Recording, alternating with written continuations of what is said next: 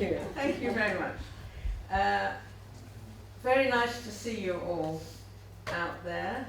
I am the chair of this session, and my main role is to keep order and to ensure that important things happen on time, like a cup of coffee at 11 o'clock, you'll be needing that, and that the speakers understand that from 12 until 1 we're going to have a panel and a round table, and therefore they will have to have finished by then. So I don't think I'll have a problem, because I think they got the message, but that's my role. I think, since none of you knows me, introduce myself a bit. So I come from the United Kingdom. I live in Scotland. And just to say the word Scotland nowadays is very controversial in the United Kingdom. And the answer to the question you want to ask me is, no, I do not know what the result of the referendum will be, and no, I'm not going to tell you how I'm going to vote. I have a background. When you get to my age, you always have a background, and I have a very long background in human rights, the rule of law, but I think I also should explain, certainly for our American friends, what the Baroness thing is about. Because it does cause confusion, and once again, no, I don't come from a long line of aristocrats, I don't shoot little animals, and I do not have a castle. But in 1999, I was appointed to the upper house, what most people would call the Senate, of the UK Parliament. It's called the House of Lords. So technically, in 1999, I became a Lord. But it's a bit of a problem calling a lady a Lord.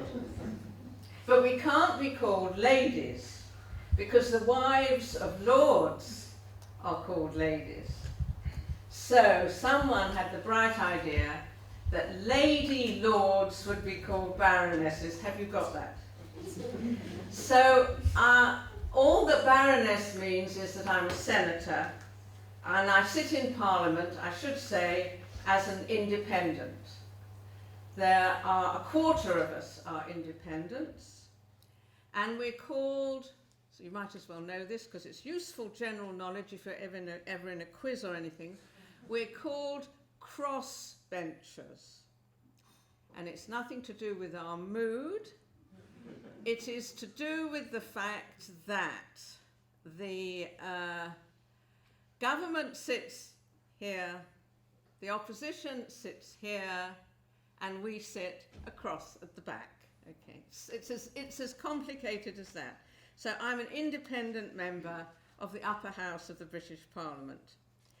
What do we do there? We pass laws, obviously. We debate. We promote issues. We establish parliamentary relationships with other countries. We have a very close relationship with Ireland, of course. And I personally chair the group that promotes abolition of the death penalty throughout the world. And I chair the group that promotes good relationships with Tajikistan. Right. And if anyone here can come to me in the tea break and tell me what the capital of Tajikistan is, I will invite them to tea in the House of Lords. But only people who don't look it up after I've said it. You know. Tell me. Okay. I'll talk to you afterwards. I'll invite you to tea at the House of Lords. Is he the only one? Wow. This is more than I usually get by a large percentage. Well done, everybody. I'll see you all in the tea break. I'm also the vice chair of the group to reform the world's drug policies, and that is slightly relevant to a discussion about change. For most of my life, I tried to reform the prison systems of the world, and I'm not going to tell you much about that because it's still ongoing. But I'm very glad to be in Ireland, which is at the moment one of the countries in the process of prison reform. There are a very small number of countries in the world at the moment which are reforming their prison systems, and Ireland is in the forefront of that. And I would like to congratulate Kathleen, who's representing the government, that is going on and is going on so effectively. We are watching it, and what you do matters a lot. So I hope you support it wholeheartedly. I'm sure you do. Changing prisons is unfinished business. You in the disability movement have been much, much more successful. I should tell you in the margins that in the House of Lords we have a ferocious band of 4 women in wheelchairs, ranging from an Olympic athlete to Baroness Campbell of Surbiton, who has changed the rules of the Parliament forever and is allowed to have a reader because she can read the first page of her speech and then the third and so on. And all government ministers live in terror of this band of ferocious women who are convincing and merciless, especially in the long period where we were discussing the reform of the welfare system. And you don't want to hear about it. So as a result of the things I've done, I know a bit about how to change things that we don't like. I suppose that's why Gerard invited me. And I must say I appreciated the invitation very much, and I accepted it right away.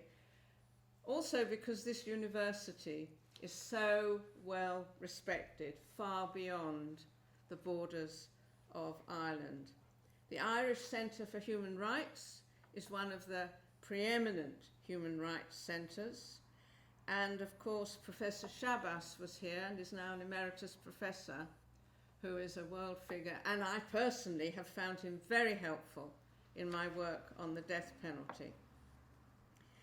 And I also should mention about the University of Galway, because I'm sure you all know it, but I didn't, that in 1906, Alice Perry graduated from Galway, and it's believed she was the first woman engineering graduate in the world to get a first-class honours degree in civil engineering.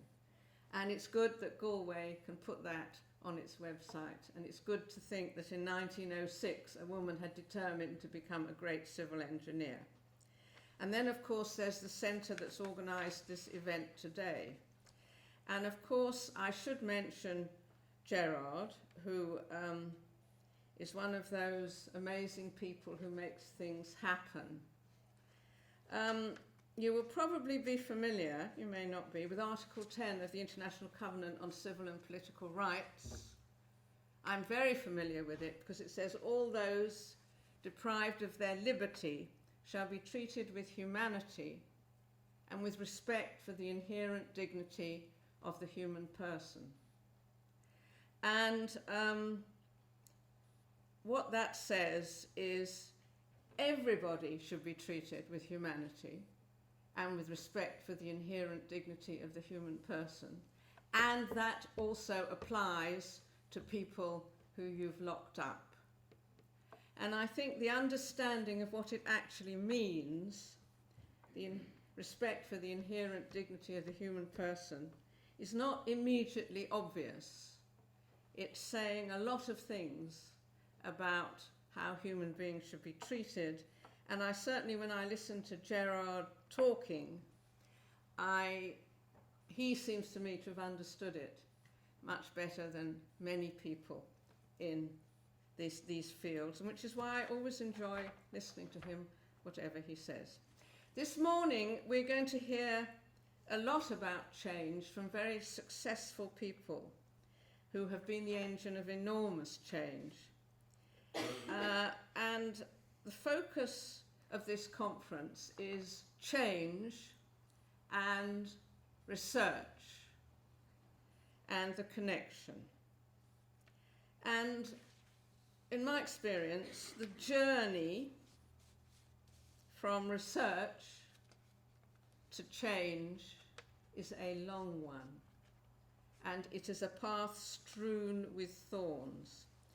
So I just want to, before I move on to our speakers, just give one example of change. I want to talk very briefly about the global war on drugs. We know, I imagine we all know in this room, that the war on drugs, I put it in inverted commas, has not stopped or reduced consumption of those substances. The war on drugs and the criminalisation of people that use them has led to enormous health problems. Organised crime turns over 320 billion a year from the war on drugs. And since 2006, 100,000 people have been killed in Mexico because of drug war battles. But only now, after 50 years of the United Nations regime, which leads to the war on drugs, is there a worldwide attempt to have a more evidence-based approach. And you may not know this because it's not very well known, but in 2016, the United Nations is going to have at last a very big meeting to discuss a review of the world's drug regime. How did we get there after 50 years? There have been people trying to get there, trying to get this changed for all those years. What are the factors that have got us to the point where it's on the agenda again? Well, the first one, and you can't really underestimate the importance of this, is politics. It would be very naive not to start when trying to change something by looking at its politics. And in this case, the politics were that Obama got elected in America, and the American fanaticism about the war on drugs faded quietly into more or less polite silence, for which the rest of the world, many of the people in the rest of the world, are very grateful. So you couldn't expect support, but no longer will everything you try and do be blocked. Huge progress. There's also the politics of the shifting of the balance of power in the world and the rise of Latin America. Latin American countries are the victims of this war in every way. To supply these substances to the north, they suffer huge erosions of their state capacity and their safety.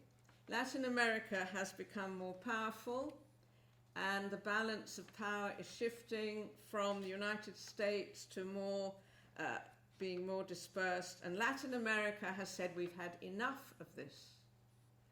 And they are behind this big move to get it reviewed. Another important issue in change is the messengers.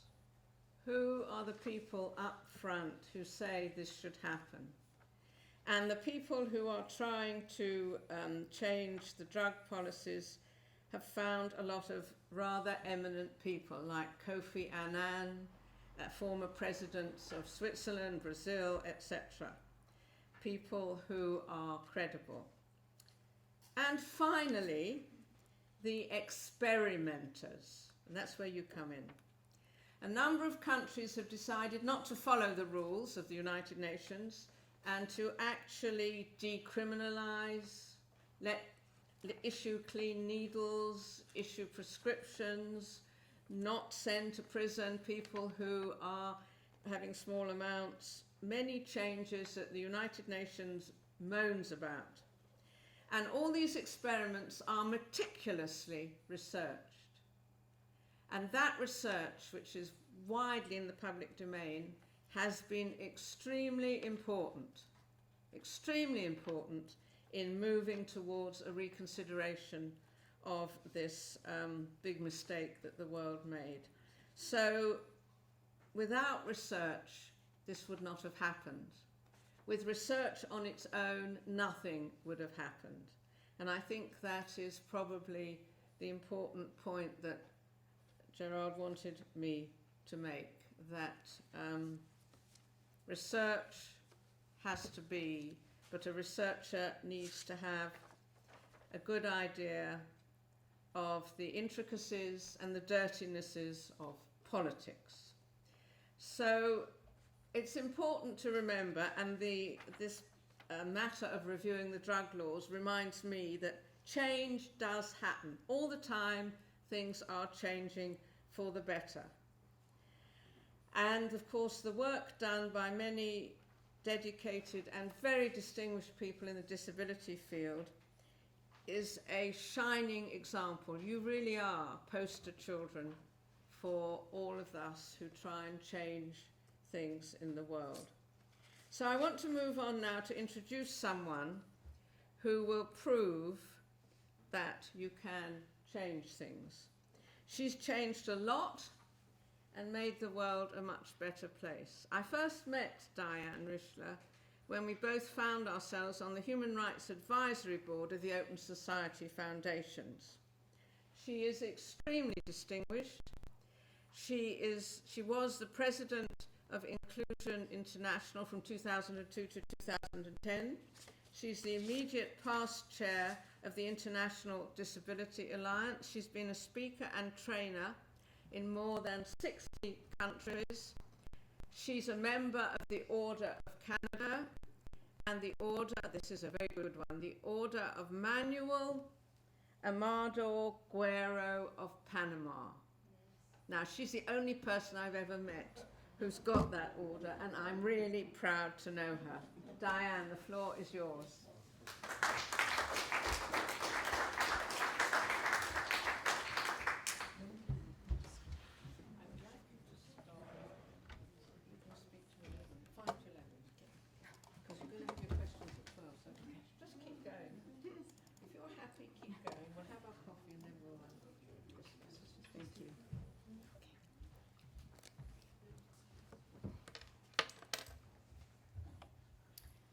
Thank you very much. I liked our Spanish colleagues' greeting when you came in the room and said, "Good morning, dreamers." So I would like to echo that. And I think that that fits well with what I'd like to say this morning. I also just want to say a thank you to the Center for Disability Law and Policy here, to the DREAM Project in particular, and to the EU for the invitation to be here. I was tempted to come when I saw something about the research that's being done by the researchers and the distinguished list of other people who are going to be here. So I thought this was going to be a treat, and already it is.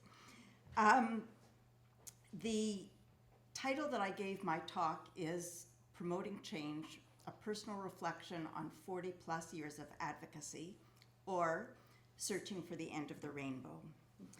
And what I'd like to do is talk a little bit about how I got to be here today.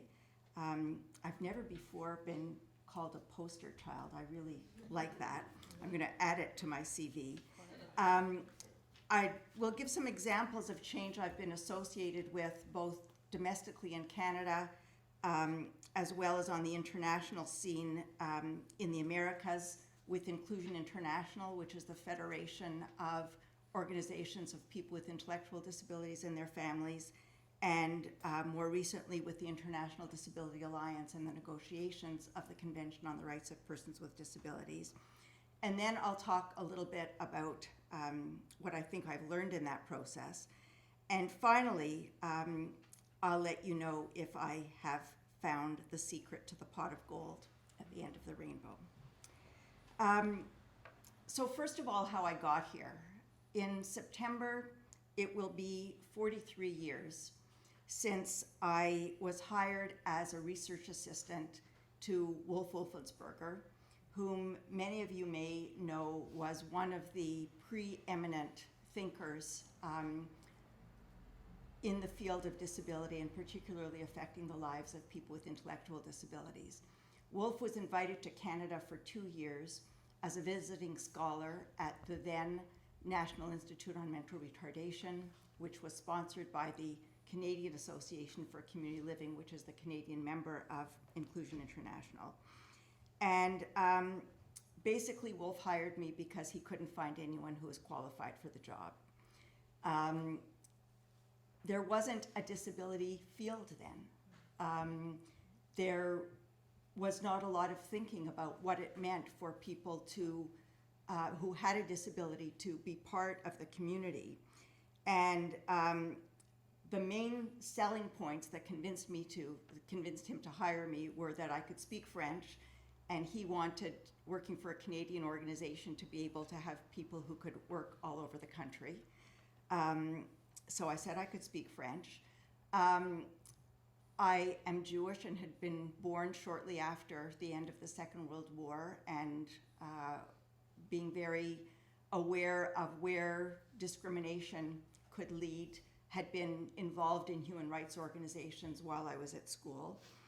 And since I had no experience to write about in my application letter, I wrote about the devastating impact of institutions, most of which I learned from reading Goffman. I had a BA in psychology and sociology, and again, to just prove how old I am, the one course I took that had a component on disability was called abnormal psychology, which is also where we got to study other deviances, I put that in quotation marks, including sexual orientation. So it was a very long time ago. And I decided that I didn't want to pursue a career as a psychologist when I turned off the light in the experimental room I was in with my little white rat, and he jumped out of my hand, and I didn't know if he was going to attack me first or if I was going to attack him. So I decided to take a year off from school to decide what else I might do, and here I am. And as you've already heard, I was very involved nationally. I stayed with the Association for Community Living in one role or another until 1986, rising through the ranks to become the director of the Roar Institute, as it became, and executive vice president of the Canadian Association for Community Living. And then moved on to be involved internationally, starting really in the early 90s. But a big change in my life came when my godson Jared, this is Jared, who's now 23 years old, was 3 years old. And we found out that some of the difficulties that he was having were caused by autism. And so suddenly what had been my career became a family issue. And I started to see things much more through the eyes of the experiences that Jared was going through and the rest of his family. Now, the first change process that I want to talk about is a process of deinstitutionalization that I was involved in Canada. When Dr. Wolfensberger was brought to Canada, it was really to promote the concept of normalization, which in simple terms at that point was understood to mean that people who had an intellectual disability could live a life like everybody else, like non-disabled peers. Which was a really radical idea at that time, since the main service that was available in Canada, as in most other places, was institutions. and families basically had the choice of whether they were going to keep their sons and daughters at home with no supports, or whether they would have to send their children to institutions. And after I was hired, there were a number of other young people who were hired. We called ourselves Wolf's Warriors, and we had t-shirts to prove it. And we were sent off across the country to talk to rooms full of psychiatrists and others and tell them why the institutions that they were running were bad. You can imagine how well I was, in my early 20s. I had very long hair and blue glasses, and these psychiatrists were really impressed with my message. So it was very much an uphill battle.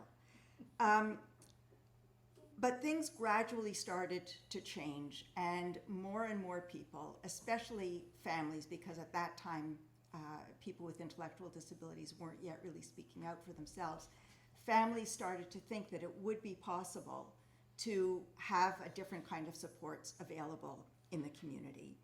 And then, most radically of all, people with intellectual disabilities were invited to sit on the board of the Canadian Association. And that really led to a radical change. I won't go through that whole process, but the culmination of their early involvement was that they said, we refuse to be part of an organization that at that time still called itself the Canadian Association for the Mentally Retarded. You have to change your name. And for most of the founders of the organization, that was very difficult to think of. They had already gone through one change from the Canadian Association for Retarded Children to the Association for the Mentally Retarded, which was seen as big progress at the time, recognizing that in fact children did grow up. But the name that people with disabilities were proposing was the Association for Community Living, and many people thought that that was, it didn't say anything. It didn't explain who we were, what we stood for. A battle went on for several years. There were 3 special meetings to talk about the name change. And finally, at a meeting that was called specifically to change the name, a vote was called, and we were short 1 vote. And if the meeting had adjourned, the president of the organization and all the self-advocates, together with many others, were prepared to just walk away from the organization, walk out of the room, out of the hotel, away from the organization. But a recess was called, there was a lot of scrambling, a vote was taken again, and the name change passed by 2 votes. And there was going to be a board meeting an hour later. And Gordon Porter, whom some of you may know for his work on inclusive education, and who was in Syracuse with Renvig, was a vice president of the Canadian Association at the time. And he said that the 2 of us should have a coffee. I was then director of the Roar Institute. And he said, we've been focused since Wolf was here on trying to create models in the community of what we called then comprehensive community service systems, modeled on what Dr. Wolfensberger had been involved in Nebraska. But he said, we raised money for that project, the money's almost spent, we need something new, we've got a new name, let's do something to see what the new name means. And so we drafted together a resolution that he brought to the board that was passed, that created a task force to look at the implications of the new name. And that task force came up with a report called Community Living 2000, which was adopted by the organization in 1996. And Community Living 2000, it's interesting to see how prescient we were at the time, because it was based on 3 principles: citizenship, membership, and self-determination. And it contained an agenda of some objectives that we thought could be reached within 5 years. First of all, that all children could grow up as part of a family. that children should no longer have to live in an institution. That children should be able to go to school with their non-disabled peers and be part of regular classrooms. That everyone leaving high school should be able to get some post-secondary education. That adults should be able to get a job. That institutions should, new entrances to institutions should be cut off, and that the population should decrease by 10% a year. We weren't ready to propose complete closure because not all of the members were ready for it, but that was something that people could buy. We said that the use of tax dollars to meet people's needs should be decided between the person involved and the government, and that by 1992, a personal support network ensuring the person's place among family and friends would be a commonplace approach in ensuring one's future.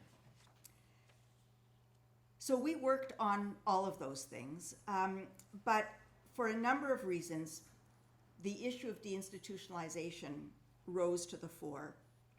And part of that was because it was an issue that we could really get our heads around, and where it seemed that we could come up with a strategy that was workable. After holding extensive meetings with both federal officials and provincial officials, because in Canada we have a system whereby our provinces are responsible for the delivery of health and social services, but the federal government maintains some overall responsibilities. And at that point, there were cost-sharing agreements between the federal and provincial governments that were paying for the running of institutions, and that also could pay for the funding of services in the community. But what we realized was that even those provincial governments that wanted to change from one system to another felt that they couldn't do it without support, that they needed some transitional funding to get them over the hump while they were funding two different systems. And so we decided that we would go to the federal government to ask them for transitional funds to help governments that wanted to make the transition to do so.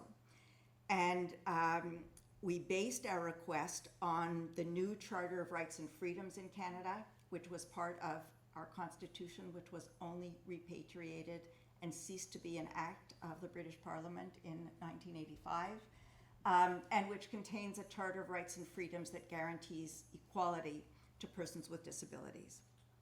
And we threatened a lawsuit, even though we had no idea how we might actually carry one out. So we sold the idea to a very broad group of people. We met with advisors to the Prime Minister, with staff of different ministers, with a whole variety of politicians. We always kept the bureaucrats informed about what we were doing.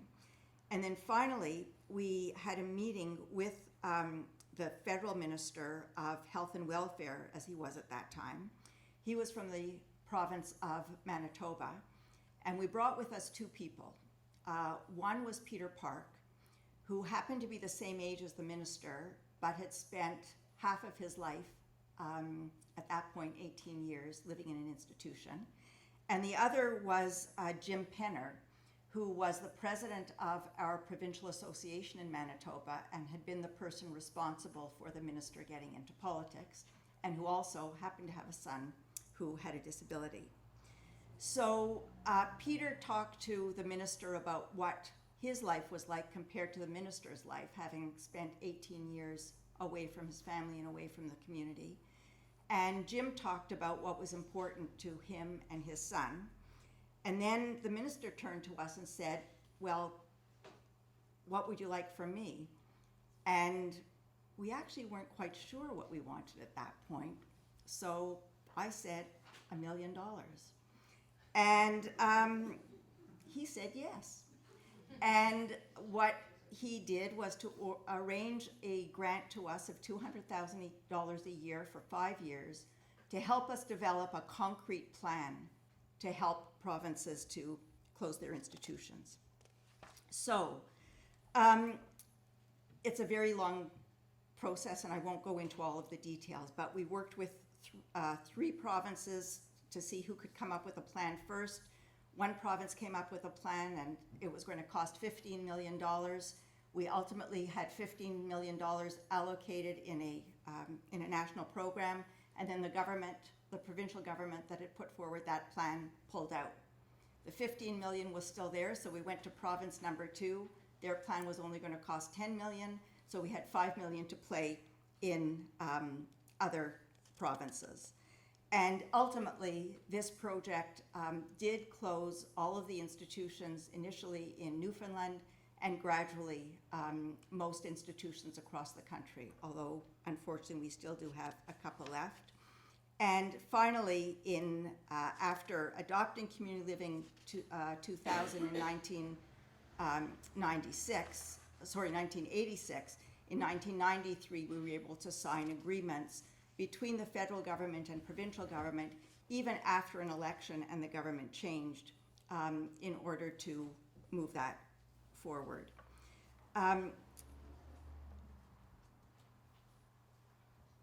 There are a whole number of things that happened after that, but one was that I was invited to the founding meeting of a regional organization in the Americas of all of the member organizations of Inclusion International. And there, this was 1991, I met people from Nicaragua, from Guatemala, from El Salvador, from Brazil, from Argentina, all countries which had just come out of dictatorships. And what was amazing to me was listening to them talk about their concerns for where their sons and daughters were going to fit into the new democracies of their countries. And the debates that were going on were so similar to what we were struggling with in Canada, which was what did the Charter of Rights and Freedoms, which now suddenly defined disability as a matter of citizenship rather than as a health or social service issue, what was that going to mean? And so we started working together.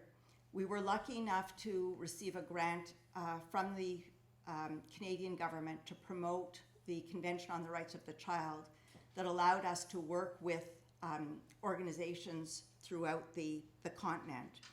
And what we learned, and what I learned as a very naive Canadian at that point, was how important the policies of international agencies, and particularly the international financial institutions, were in the lives of people with intellectual disabilities. The way the Inter-American Development Bank, the way the World Bank spent their money really determined how people were going to be able to live their lives. And so we decided that we needed to influence those institutions and went to the Inter-American Development Bank. And the first messages we got were things like, well, we're interested in poverty, we're interested in education, we're not interested in disability, which was very frustrating. And so we tried to think of how we could influence the bank, went to the Canadian government again, to the Minister of Foreign Affairs, and put our case before him to say, you know, we need to use Canada's weight in the world to introduce these institutions, and particularly the Inter-American Development Bank. And he said, well, you know, we have a Canadian fund at the bank, a trust fund. Why don't I introduce you to the president of the bank, and we'll see what we can do. So the place that his staff decided would be the best place to introduce me was at the World Social Summit in Copenhagen in 1995.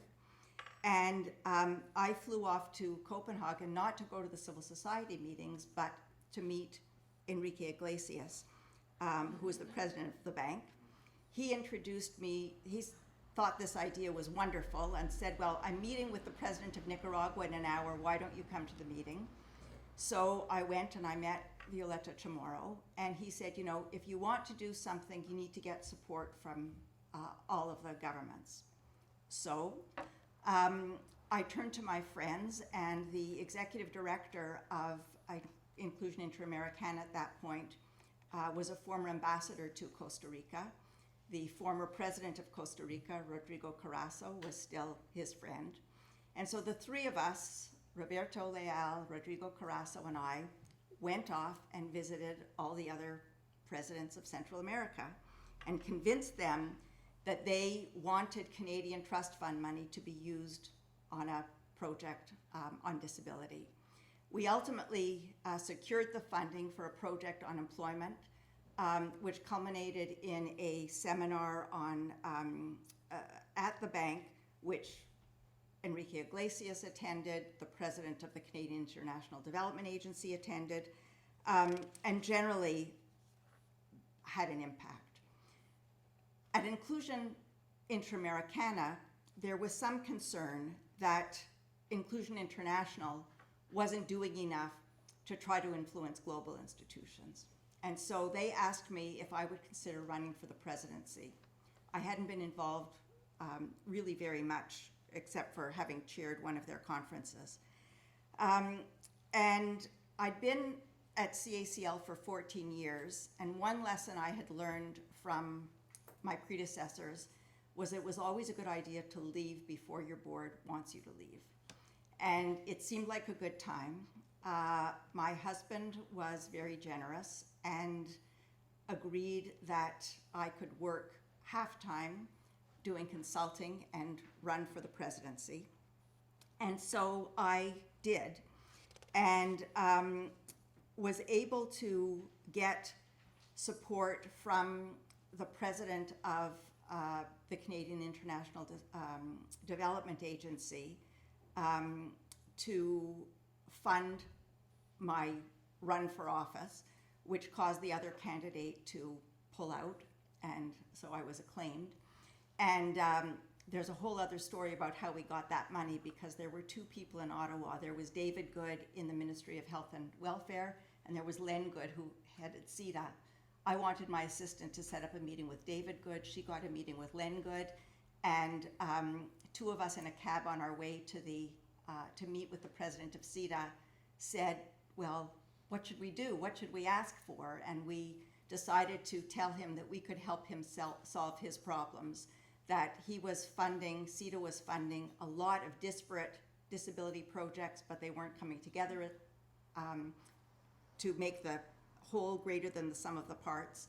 And so he supported us. And through that process, I was able to hold a conference in Africa on inclusive education. We held a course at the University for Peace in Costa Rica, and we brought together Inclusion International leaders in London to begin developing a strategic plan. And when I was elected president in Australia in 2002, we began serious work on a strategic plan and decided to base the plan mirroring the Millennium Development Goals because of the reaction that I told you we were getting before, that people at the World Bank were saying, well, we deal with poverty, not with disability. So what our strategic plan did was to lay out the 8 Millennium Development Goals and say what the implications of them were for people with intellectual disabilities, something that many others are doing now, but was very new when we did it in 2002. And we adopted, for my presidency, the theme, linking local voices to global change. And as a result, developed a number of studies, one called Hear Our Voices on Poverty, one called Better Education for All, when we were included too. Since my presidency ended, the process has continued with inclusive communities are stronger communities, based on Article 19 of the Convention on the right to live in the community, and just released this month, Independent but Not Alone, a global report on the right to decide on Article 12 of the Convention. I'm going to skip a lot because I can really talk a lot, but just to say that we were very involved in the negotiations of the CRPD and had 4 main objectives in that process. we wanted to have families recognized. We wanted to ensure that there was equal recognition before the law with supports for people with intellectual disabilities. We wanted the right to live in the community, and we wanted the right to inclusive education. And we were successful in having all those included, although certainly the most difficult was having families recognized because of the reaction from many other disability organizations that felt that that families had been more of a problem than a solution. And so families are recognized in the preamble, but at least we're in there. And I just have to use 1 second to say that I disagree a little bit with both Senator Harkin and Gerard in terms of the ADA's influence of the convention. I know there is some there, which I appreciate. But to me, one of the problems with the ADA has always been that it provides a series of entitlements based on disability. And that's done very little for people with intellectual disabilities. Whereas I think one of our big successes in the Convention on the Rights of Persons with Disabilities is that it talks about transforming society. It talks about making changes in systems. And ultimately, I think that that's a huge step forward from the ADA. Although I do think that whether it's Senator Harkin or Inclusion International or any others who see their words and voices reflected in the convention, that helps to make it more positive. So where does this bring me in terms of what I've learned about change? First of all, it all starts with vision. People talk about vision a lot. A lot of people talk about what that means. But I think that for me, one of the lights that went on very early when I was working with Dr. Wolfensberger was that communities that could include people with intellectual disabilities could include anybody. That almost any other group that one would fight for, someone might get left out, but if you develop communities and systems that are going to include people with intellectual disabilities, then they can include everyone. That diversity and inclusion make communities stronger. That when you're selling an idea, you have to keep your message simple. And we often talk about the elevator speech that you need to have. You know, if you happen to meet the minister in an elevator, what are you going to say between the first and the third floors? Always need to know that. And you need to have a vision that people can buy into to show how what you want to achieve helps them to achieve their vision too. And importantly, Ron Smith, one of the presidents of CACL that I worked with, talked about leadership and the fact that leaders have to be near the front, but they can never get so far ahead of their constituency that they break the chain with those who are following behind. And what's important is to keep everyone moving in the same direction. Another lesson that I learned is that the same strategies work at all levels. And we've used a broad toolkit, building a broad network, political persuasion, keeping people informed. We always tried not to blindside bureaucrats. We let them know what we were going to ask ministers for and made sure that they wouldn't be stuck in a meeting not knowing what to say. We learned to follow the money. I think probably a lot of you were born after Watergate and even after the film All the President's Men was made. But one of the famous scenes is when Deep Throat tells the investigative reporter, played by Robert Redford, to follow the money. And ultimately, if you want to make change, you need to follow the money. Another issue is identifying the overriding issues. That was something that I learned from Wolf, that even though you need to know the details, you need to always keep the big picture. And when I was talking to some friends and colleagues about what I might say here today, one of them observed of me, he said that I always seem to be flying at 30,000 feet, surveying the scene, but ready to swoop in when the time is right.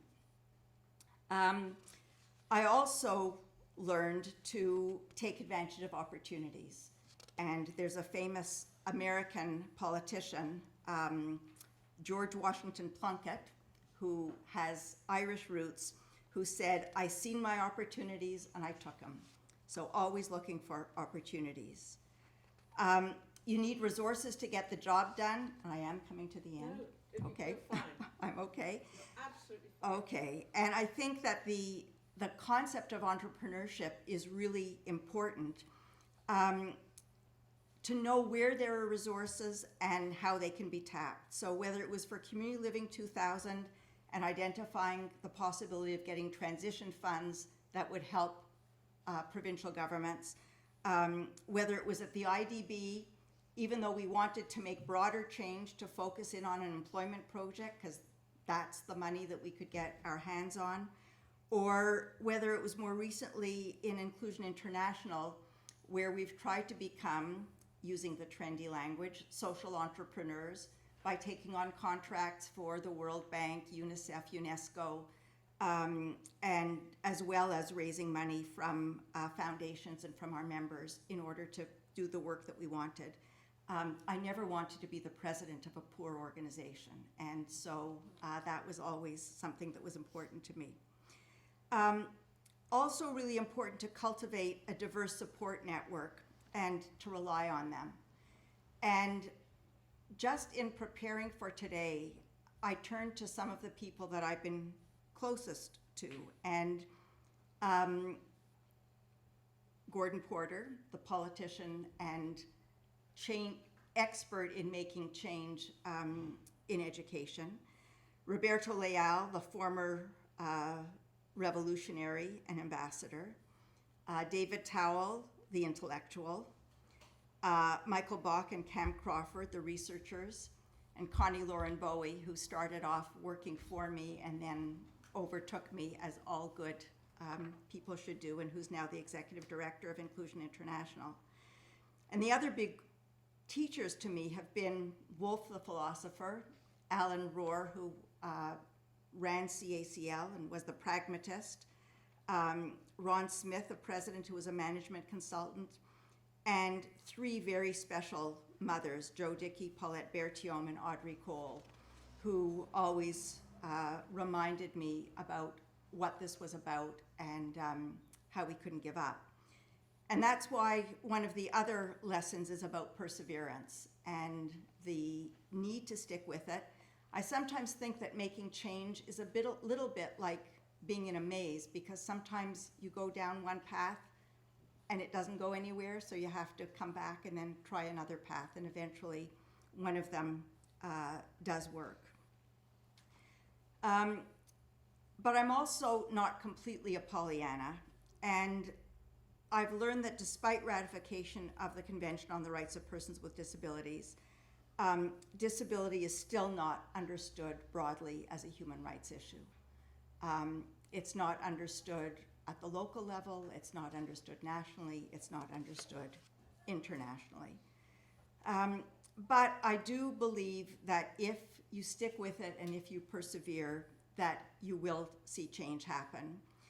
And when I think about changing from the days when those psychiatrists in white coats were ready to attack me, to the widespread support there is for deinstitutionalization now, when I realized that although when we started talking about inclusive education, people thought it was a pipe dream, but my godson, who's 23, went through an inclusive education from the time he was in preschool right until he finished high school. And when I think about what's happened in places like Nicaragua, where although there's still a long way to go, apparently now there's been a door-to-door survey and anybody who needed a wheelchair could get one. There's much more use of sign language.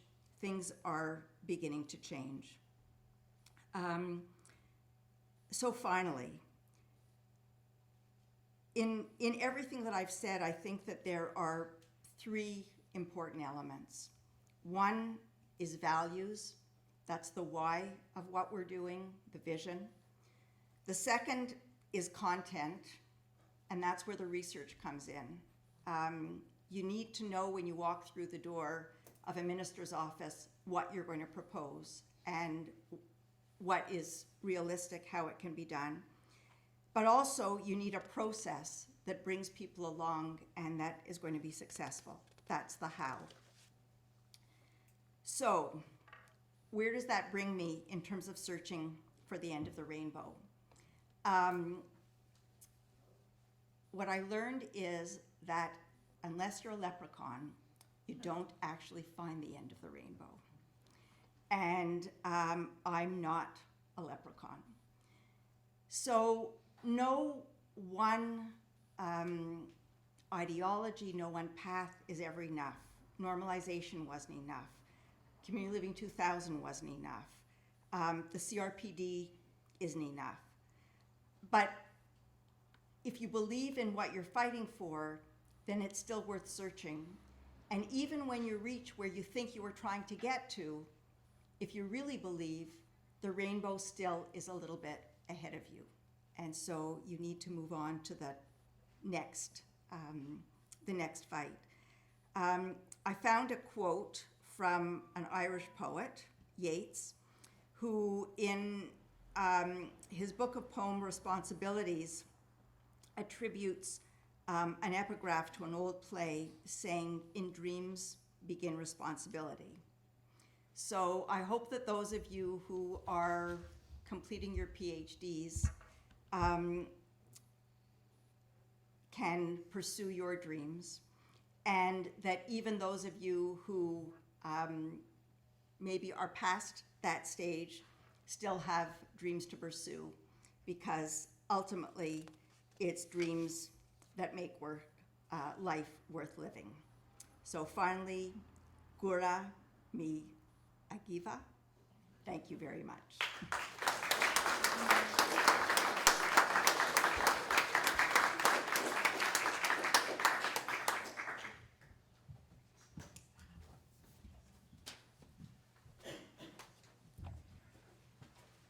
I think the only words left to one after that are wow, really. That was a most extraordinary and fascinating presentation, and I think we are all very privileged to hear it. And I think in order for us to think about it properly rather than reacting off the top of our heads, we will now break for coffee. So thank you, Diane. That was truly wonderful.